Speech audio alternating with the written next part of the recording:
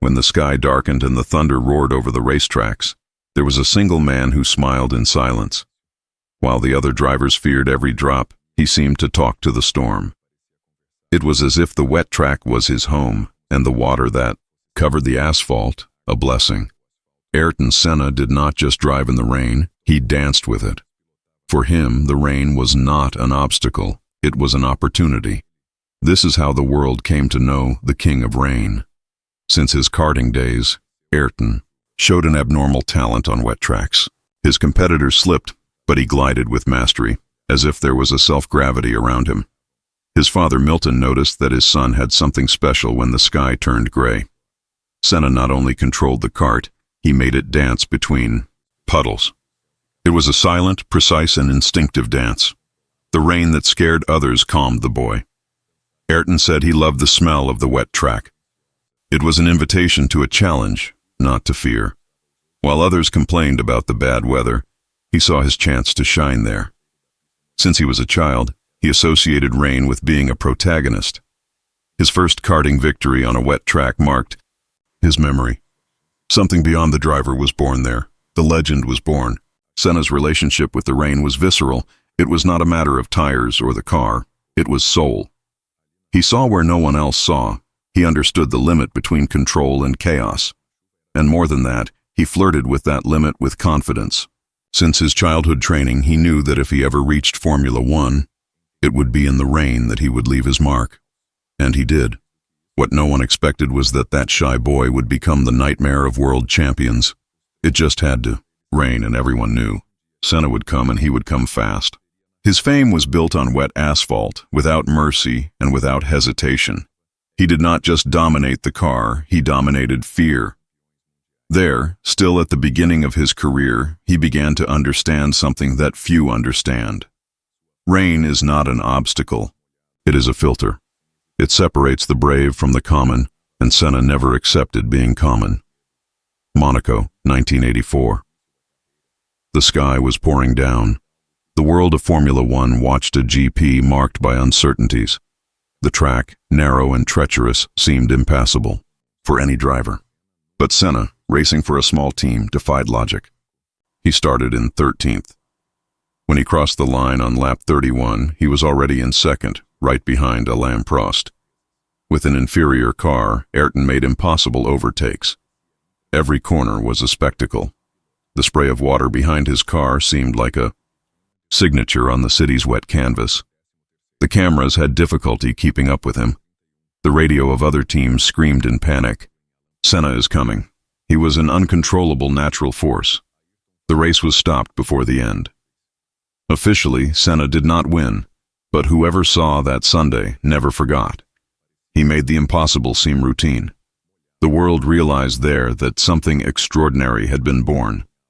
He was no longer a promise, he was a phenomenon. And the phenomenon was thirsty for storms. Journalists couldn't understand how that rookie dominated the track in such a frightening way. Experienced drivers spun, crashed, or asked to leave. Senna, on the other hand, seemed to drive on rails. It was as if the puddles conspired in his favor. The impossible did not exist for him. Monaco '84 was more than a race. It was a revelation. Formula One understood that there was something magical in that driving, and the rain, from that day on, came to have a new name. Ayrton. Senna. Senna didn't need to see. He felt. While his rivals slipped on the wet corners, he seemed to predict the exact breaking point. There was no hesitation. The car obeyed as if it were part of his body. It was a perfect synchrony between man and machine. The soaked asphalt did not scare him. He dominated it with respect and technique. The secret was in the sensitivity. Senna noticed minimal variations. Of grip, he knew where the asphalt dried first, where the rubber of the tires gripped better. He used lines that no one dared to use. At times, he went outside the ideal line, looking for traction where no one imagined. That was not improvisation, it was applied genius. His laps in the rain were meticulously calculated, but they seemed spontaneous. The public was in a trance, the engineers in silence. It was impossible to replicate what he did. Not even the biggest simulators of the time could predict his decisions because Senna was not programmable. He was unique. In a world where everything was statistics, he was intuition. He trusted his instincts more than the graphs. And that made all the difference. When the radars indicated danger, he accelerated. While others asked for rain tires, he asked for freedom, and this audacity earned him unforgettable victories. His unmistakable style enchanted and frightened. His opponents knew that if it rained, their chances would drastically decrease, because Senna did not just drive in the water, he flowed. And in that flow, he left everyone behind, as if he were driving in another dimension. At the Donington GP, 1993, Senna started in 4th place in heavy rain.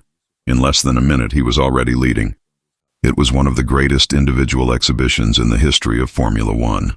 On the first lap, he overtook Schumacher, Wendlinger, Hill, and Prost, all with cars. More powerful, but it wasn't about power, it was about talent. Each corner was taken with an absurd coolness. While the tires of others aquaplaned, Senna kept the car in a straight line with smoothness and decision. There were no remnants. There were no remnants. Just precision. The world watched that in a state of shock. He transformed a lap into eternity. That race was a recital of total dominance. Senna opened up a lead lap after lap. He changed tires at the right time, read the track with perfection, and made no mistakes. His McLaren car was technically inferior, but with him at the wheel it seemed invincible. It was the divine touch on the steering wheel. The commentators didn't know what to say.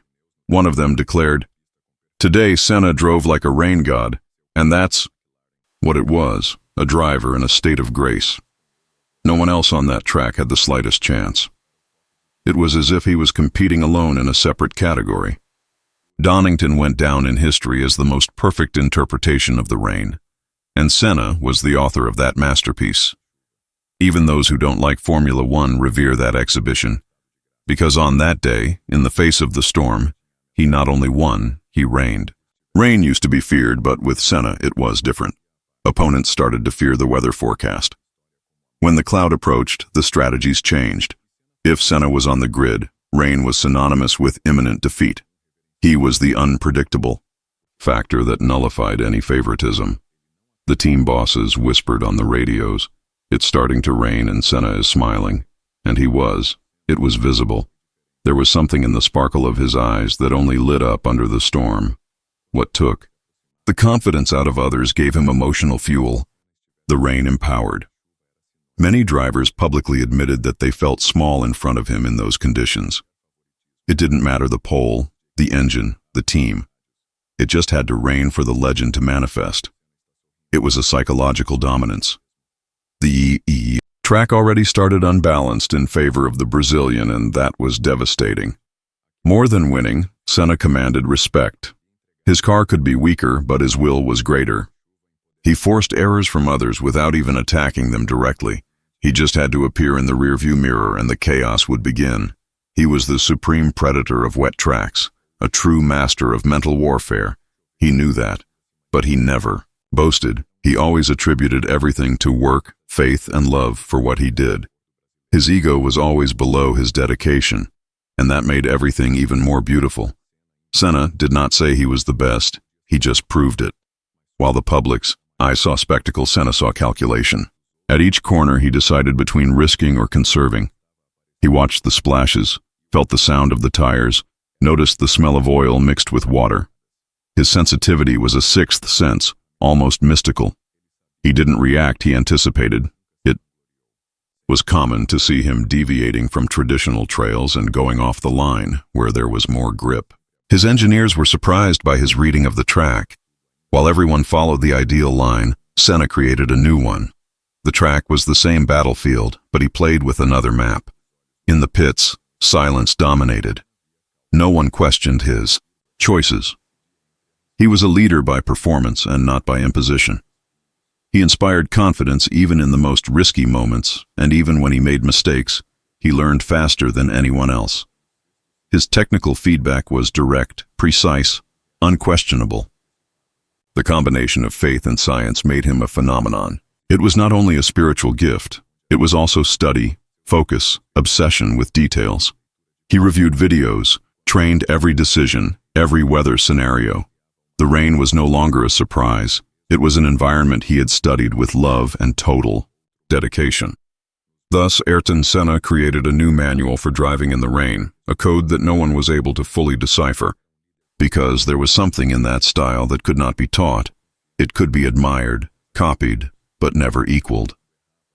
The biggest names in Formula One never hid their respect for Ayrton Senna when the rain started to fall. Alain Prost, his biggest rival, admitted that he was apprehensive when he saw heavy clouds during the GPs. Nigel Mansell said that even with more powerful cars, he couldn't keep up with him on a wet track.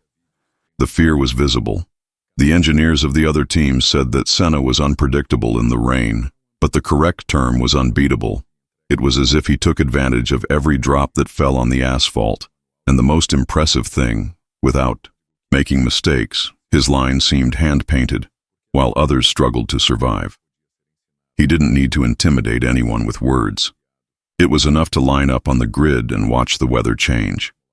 If the forecast included rain, the opponents already knew. It would be a difficult day.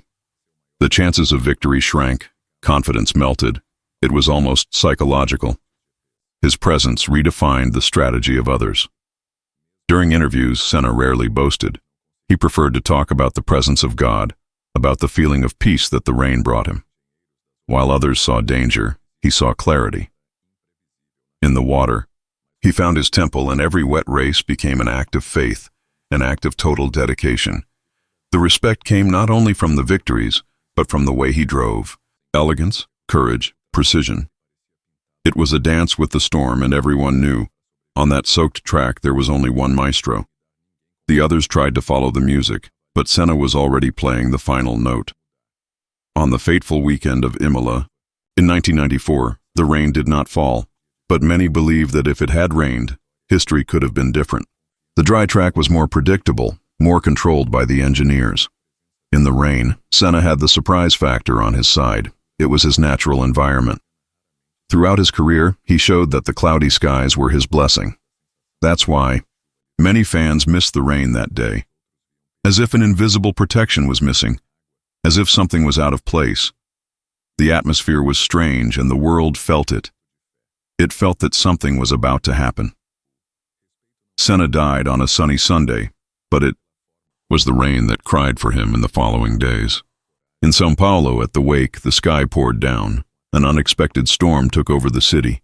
Thousands of people in silence under the water paying tribute. Even the weather seemed to honor him. The world realized that it had lost more than a driver. It lost a hero, someone who didn't need armor or capes, just a yellow helmet and a wet track. With his death, Formula One became drier, more technical, less poetic. The rain no longer has the same shine.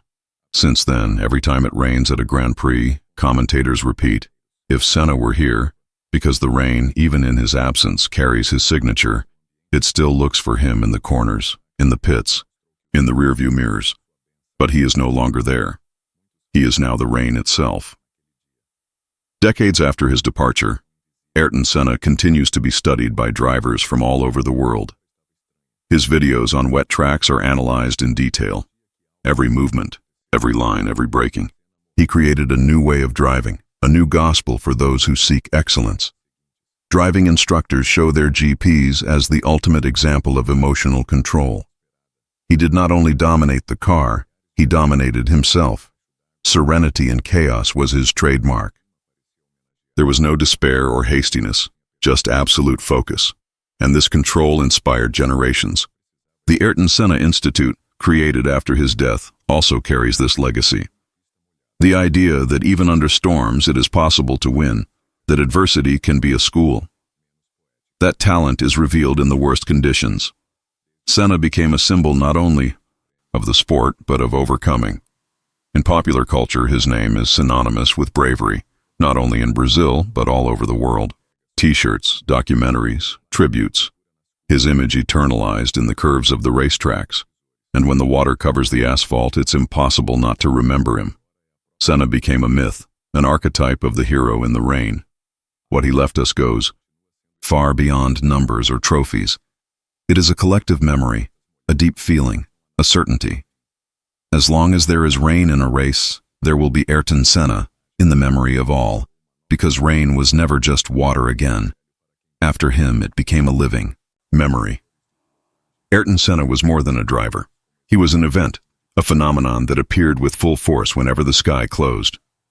His dominance on wet tracks was inexplicable, even for the engineers. It was a mixture of technique, faith, courage, and love for what he did. The title of King of Rain was not given by chance. It was won lap after lap in conditions that brought down even the best. He made what was practically impossible seem easy, and he did it with elegance, without fuss, like someone who knows they were born for it. Today, when we see young drivers facing the rain, we inevitably think of him. Would they do what Senna did? Would they have that precision, that instinct, that sparkle in their eyes? The answer is almost always no, because he was unique, unrepeatable, a masterpiece of motor racing. Time passes, but the legend grows. With each generation, more people discover who Ayrton Senna was, and by watching his races in the rain, they understand why he is considered one of the greatest of all time. He did not just defeat opponents, he defeated nature itself.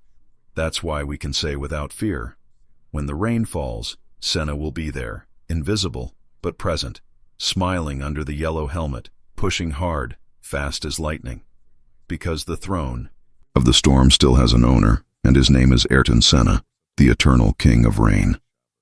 Ayrton Senna was not just a fast driver. He was a phenomenon that transcended logic whenever the sky decided to cry. From his karting days to the height of Formula One, he showed the world that rain was not an obstacle. It was his stage. With almost supernatural control, he drew invisible lines on the wet asphalt, while champions slipped in uncertainty.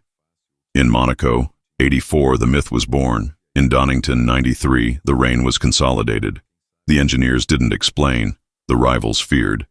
The public applauded, standing up. With each lap, Ayrton made poetry with tires, and when he left a legacy that runs through every drop of rain on the tracks of the whole world. Because Senna didn't race in the rain, he became part of it. Today, when the engines roar and the storm approaches, there is a presence that cannot be ignored. No matter the driver, no matter the car, if the rain, Senna. His spirit runs through the corners like a strong wind. His lines continue to teach, inspire, excite. The King of Rain no longer needs to be on the grid, because his soul has already been eternalized on the wet asphalt. He was not just the best in the rain, he was the storm itself that passed through Formula One and changed everything, forever. If this story gave you chills, leave your like and subscribe to the channel. Right now, share this video with someone who needs to remember who the true master of wet tracks was, and comment below which of Senna's races in the rain marked you the most. Oh, and don't leave. There's another exciting story appearing on the screen now. Click and stay with us, because Senna lives whenever it rains, whenever we accelerate with our hearts.